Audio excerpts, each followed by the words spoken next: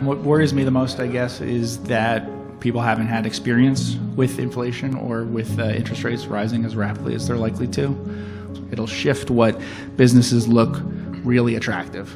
So what recommendation would you give to people like in their investing process with that thought process? Honestly, yeah. So read things from 100 years ago, read things from 50 years ago, like that are contemporary of that period. You just read a lot of stuff that was actually from the 1970s and what they were thinking about.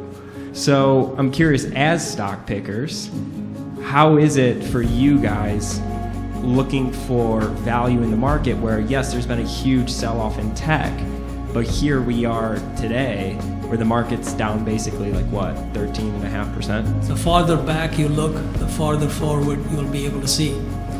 So I look back at least 10 plus years to get confidence that through various different price points and cycles, the company has been able to perform well.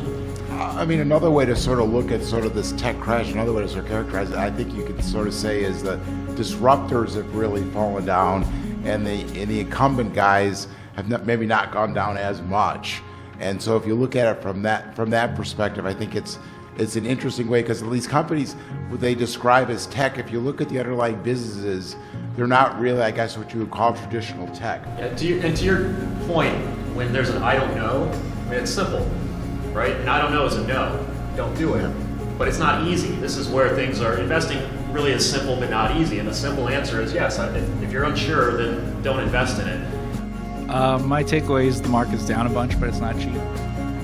If you had told people were using 10-year yields and things like that to justify valuations, and now those yields have changed and people haven't adjusted valuations, so it has to be more in line with what it was in the past.